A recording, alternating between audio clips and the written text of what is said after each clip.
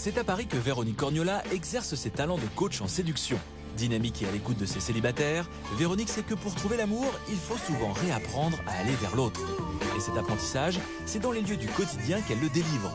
Épicerie, marché, bar ou encore musée, pour cette conseillère singulière, c'est autour de nous que se trouve l'âme sœur. Il faut juste oser aller à sa rencontre. Très vite, Véronique entre dans le vif du sujet. Caroline est jolie et pourtant, elle n'a pas refait sa vie.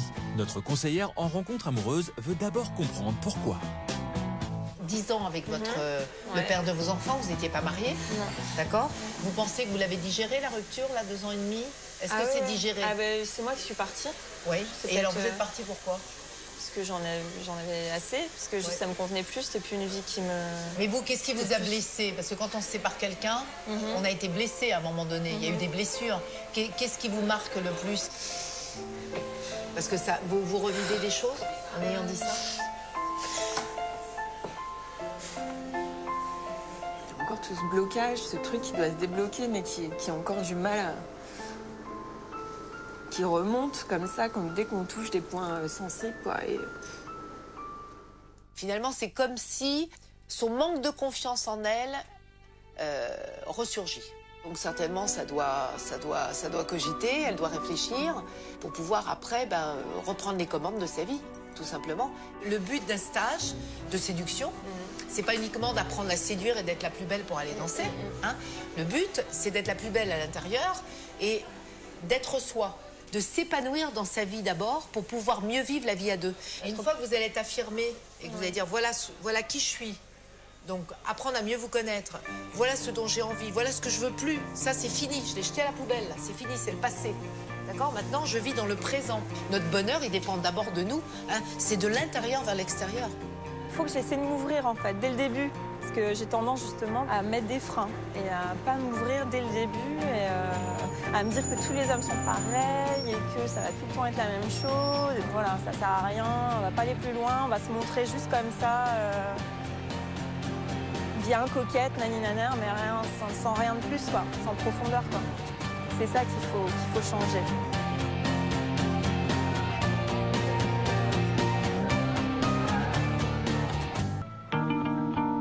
Aujourd'hui, Caroline est à Paris.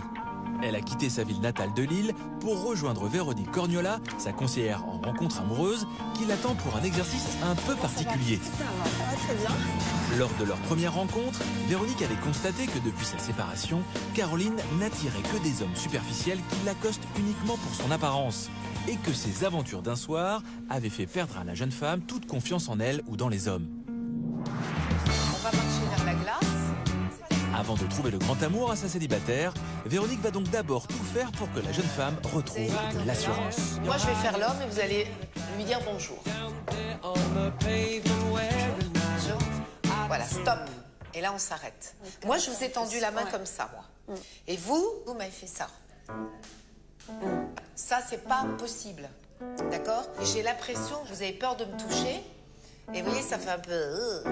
Et j'exagère, hein, exprès, mais ça fait un peu... berk. Vous voyez, à l'intérieur, ça fait berk, berk, berk. Bon, je lui serre la main parce qu'il veut bien. Donc, je vais vous apprendre à serrer la main. Je la glisse. Et là, je l'attrape. D'accord? Pas trop serrée, mais pas molle. Alors, la main, c'est un contrat de confiance. D'accord? Et moi, ça m'est arrivé plusieurs fois. Pas de juger, hein, mais quand même d'avoir une très mauvaise impression sur quelqu'un qui me serrait mal la main et de voir que par la suite, effectivement, j'avais raison de ne pas lui faire confiance. Son ressenti, c'était quelqu'un qui n'a pas confiance, qui se donne pas à fond, qui va vers l'autre sans être trop sûr, quoi. Donc ça, je le sais, c'est quelque chose dont, voilà, qu'il faut que je travaille. Alors maintenant, vous allez me faire un dernier truc. Je vais vous demander de m'exprimer 4 émotions qui vont être la colère, la peur, la joie et la tristesse. C'est les 4 émotions dont nous sommes tous dotés. Ne pas avoir peur d'exprimer ses émotions face à un inconnu, un exercice difficile pour Caroline. Là c'est la colère. D'accord. Ça, c'est la joie. La peur. La tristesse.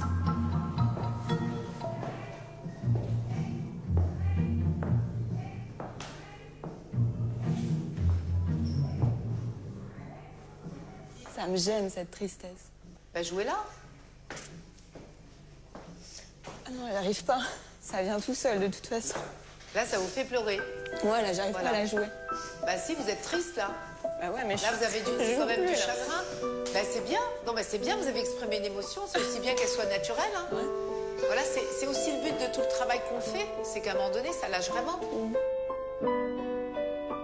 Ah, je me sens nulle. J'aime pas. J'ai des pensées négatives. Dès que je sors une émotion comme ça,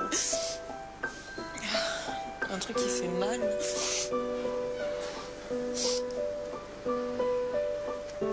Faut qu'elle dise, bah voilà, aujourd'hui, non, c'est pas fini. 2 ans et demi après ma séparation, j'ai encore des émotions, il y a encore des choses qui sont peut-être pas forcément réglées, qu'il faut que je règle. Et puis évidemment, dans le coaching, on va lui montrer comment on va petit à petit régler tout ça, mais ça va prendre du temps.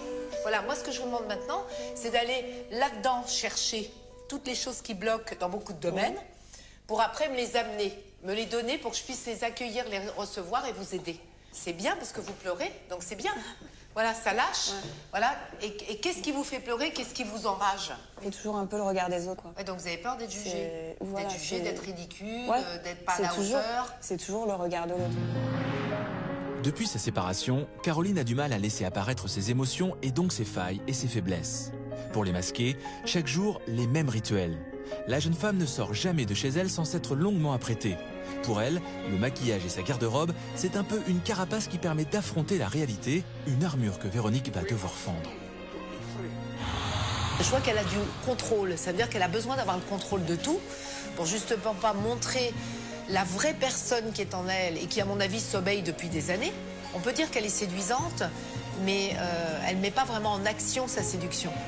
Vous êtes très maligne finalement, vous restez dans ce qui est acquis, ce que vous savez faire, où là vous êtes sûr que vous avez un regard des autres qui est approbateur, et vous ne vous mettez jamais en danger. Vous prenez pas de risque. Voilà la conclusion.